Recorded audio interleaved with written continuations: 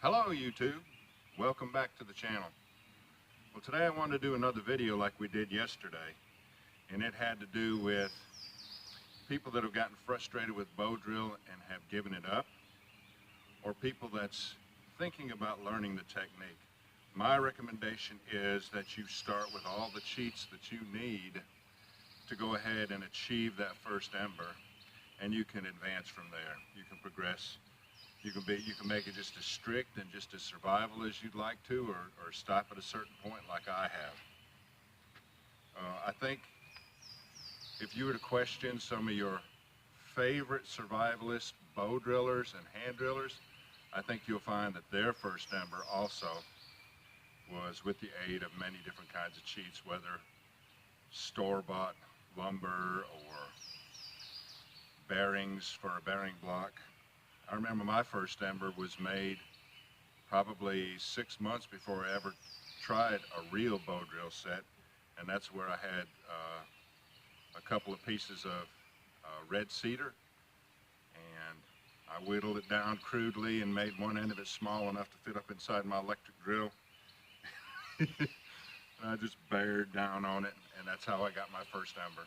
So I think all of us pretty much started that way, and I think if you've been frustrated at it and given it up and said that you'll never try it again, you should achieve your first ember using cheats, store-bought lumber, cheat bearing blocks, and then you can progress from there just like everybody else did. So this video is not going to be as long as yesterday's video was. Yesterday I went into all kinds of detail and showed so much of the whittling and all. This morning I want to show you two more styles of store-bought lumber sets, and we're just going to run to Lowe's and pick up a 2x2 and a 1x4 out of whitewood. Now, for years I guess I was buying lumber that I thought was like fir, but when I looked on the end of the tag it said whitewood. So I googled whitewood, and it pretty much said that whitewood can be one of many species, like 10 species in particular from around the world, and you know, they just use that catch-all phrase whitewood to describe what it is. It's always been good for me when I try it for friction fire. So come on, let's go to Lowe's and pick out a couple pieces of lumber. All right, here's a 2x2 I chose. It's straight, and I wouldn't really want that many knots on one, but it has very little fat wood in it, so that's going to make it easier. So I can get in between those knots, come up with a good spindle and a good fireboard, and the knots won't matter on the bow. So this is my 2x2. Let's go find a 1x4. Change of plans. I don't like their 1x3s or the 1x4s because this isn't 3/4 inch. It used to, a 1x4 used to be 3/4 of an inch thick. This looks like they're very close to 5/8. And with a wood this soft and a spindle that small, it's really difficult to get just the right pressure, just the right speed to not bore through it and to get char and to get ignition. So we'll just stick with our 2x2. That'll be a good example. Let's head back to the fire table.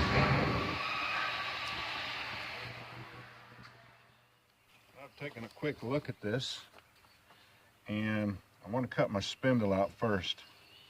And the straightest grain with the least amount of fat wood in it, with no knots in it, is right here in between these two knots. So we'll cut this for the spindle.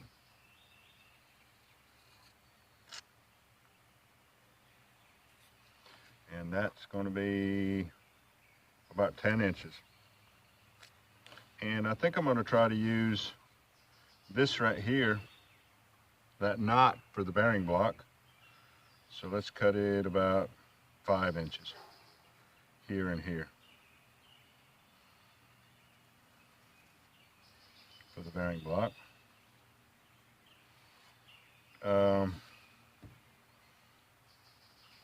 Now for the bow, I think I'm just going to use this. Needs to be about arm's length, and I'll cut it off right here.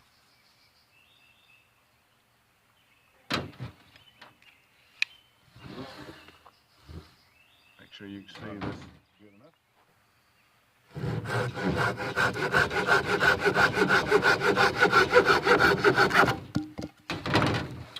And this right here will be the spindle. And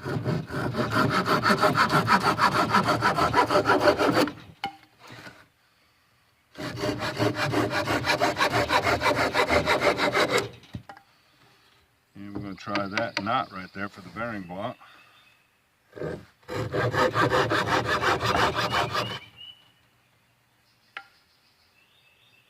Bow, spindle.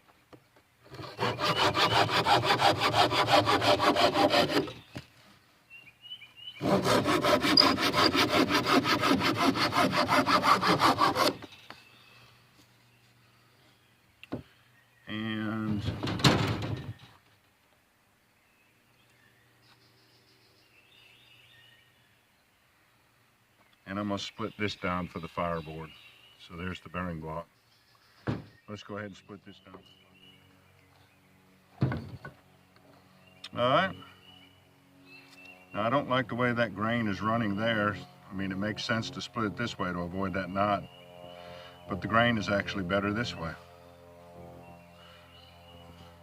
So let's see what happens if we try to split down towards that knot. I'm going right in the center for the fireboard.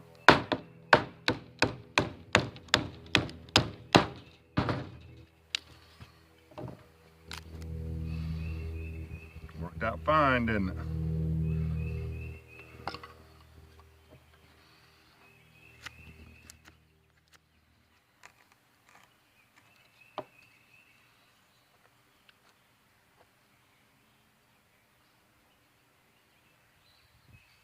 Fireboard's out of the way. Bearing block.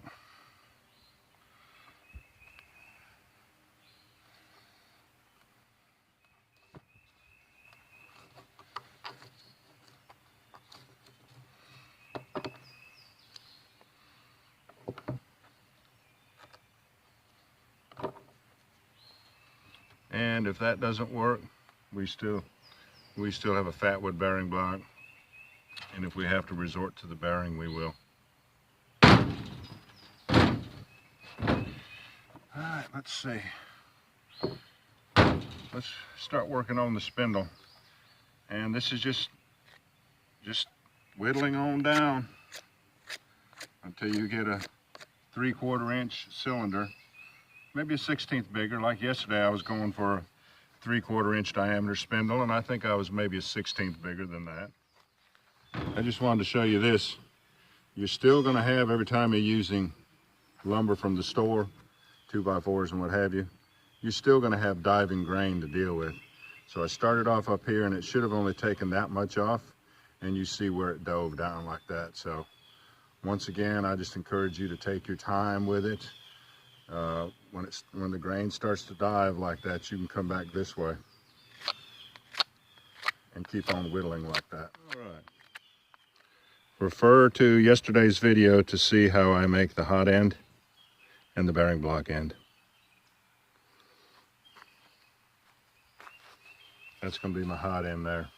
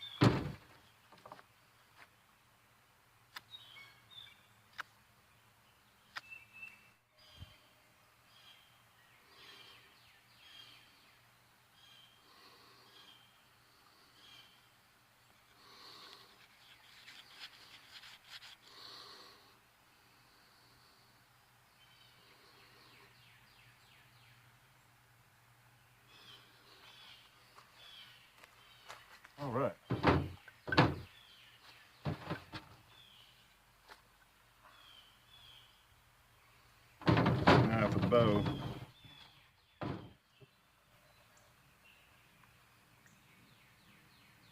Maybe not that steep.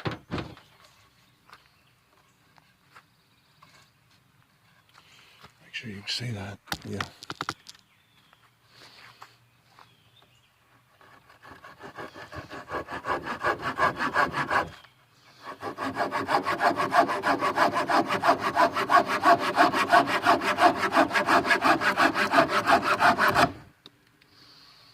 And just a little saw kerf to put my string in.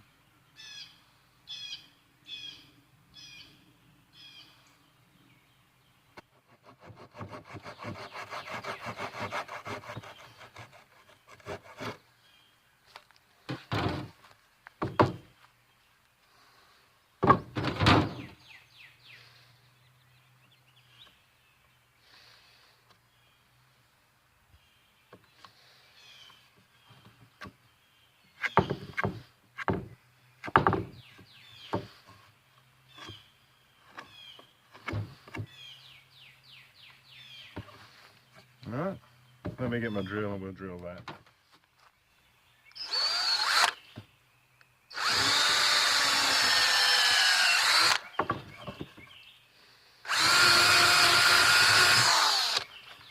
And I want a little more space right in here.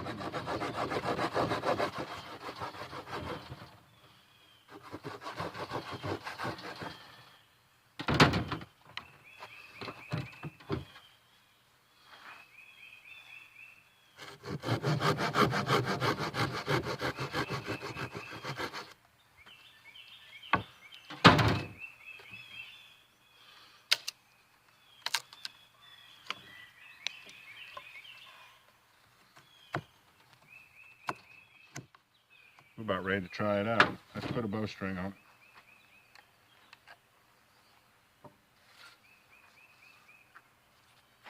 Here's yesterday's bow. And believe me, you can save yourself a lot of work if you just get a natural bow. If you saw in yesterday's video, it's very easy to find one and to make one. But I want to try to make it all out of the 2x2.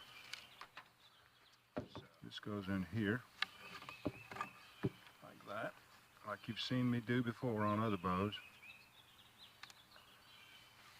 And then this goes through the hole that we drilled.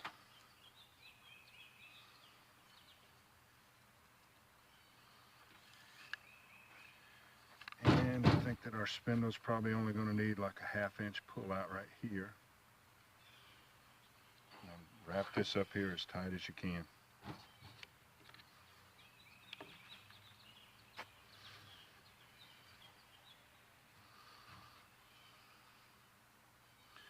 Well, I didn't leave myself enough room. Let me do it over on this side.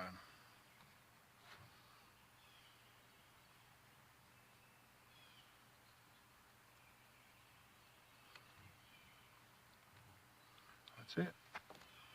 That's all you need.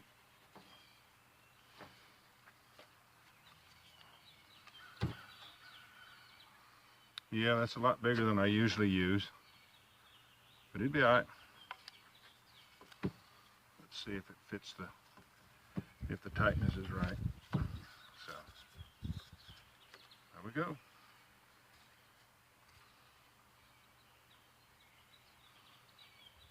Let's go ahead and give it a try. I'm gonna get some WD-40 and spray some WD-40 in the bearing block and on the spindle. Almost forgot the star of the show.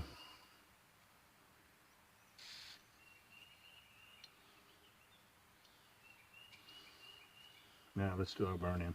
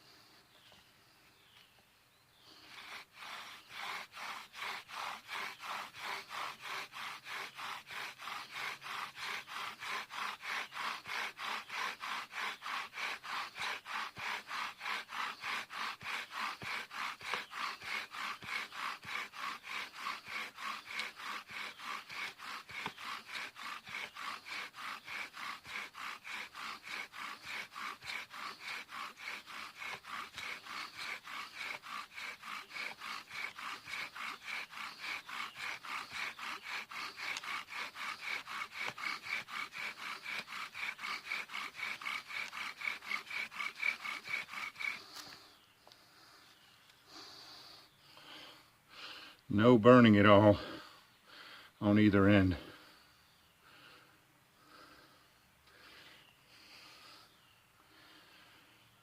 Let me go cut the notch. I'll be right back. And there's the square point notch I was telling you about yesterday, and ended up cutting a sharp point notch.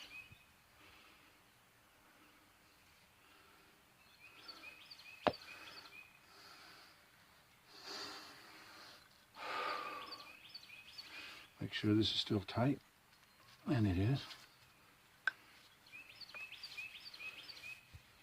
Just got some loblolly pine needles roughed up and softened. All right. Did I ever show you the end of the spindle? That's a good looking tip right there.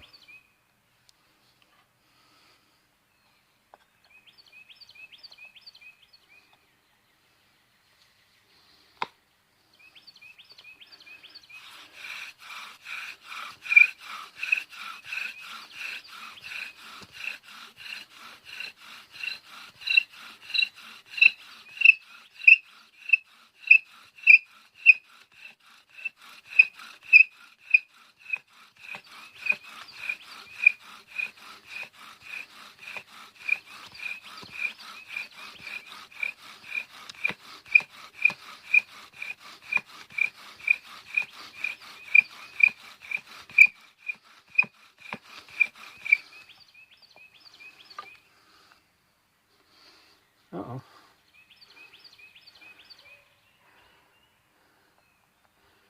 The notch isn't even full yet. Let's try it again. Sorry about that.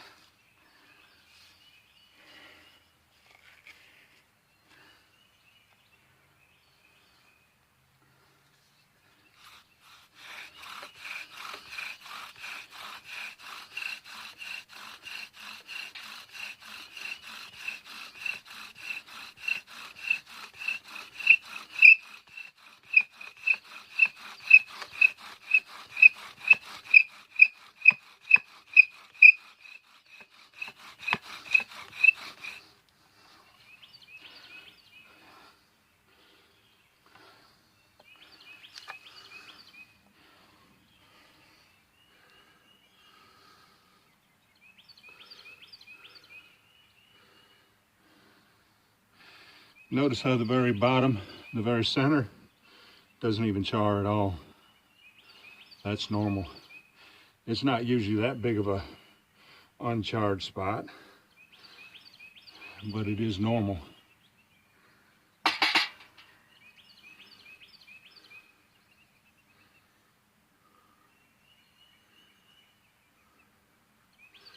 All right, so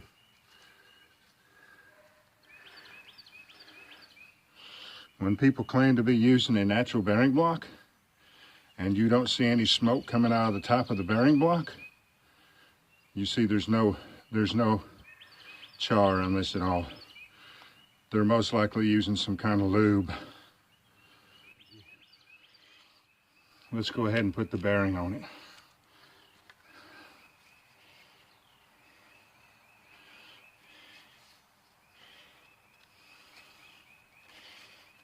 That squeaking is the fat wood that's in this pine, the pine spindle and firewood.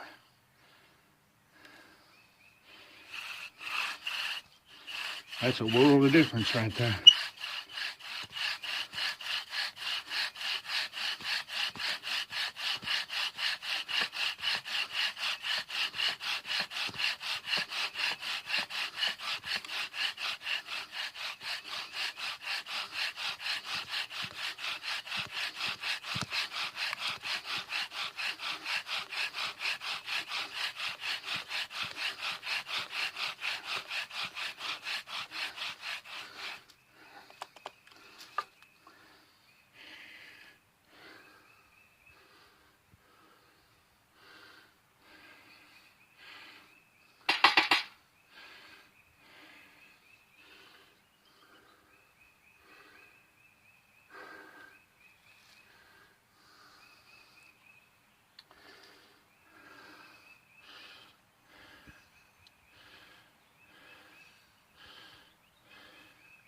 If I were going to use that divot again, I'd make that point round.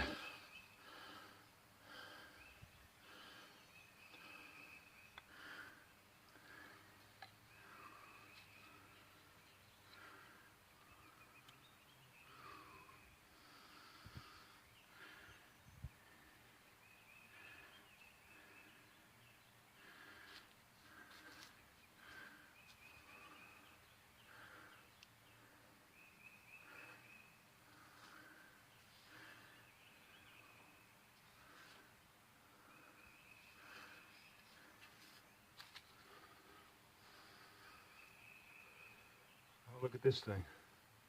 That one's still smoldering.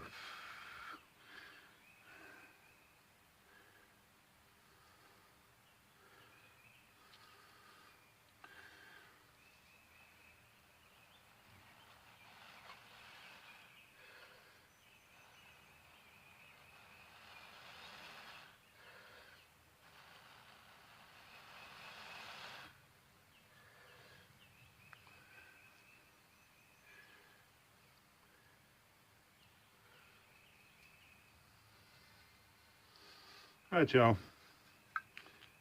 Nothing wrong with your very first Ember that you get being with all the cheats you want to use. That's the way I started, and I think that's the way most of the experts started too. All right, y'all. I appreciate you joining me on this one. We'll catch you on the next one.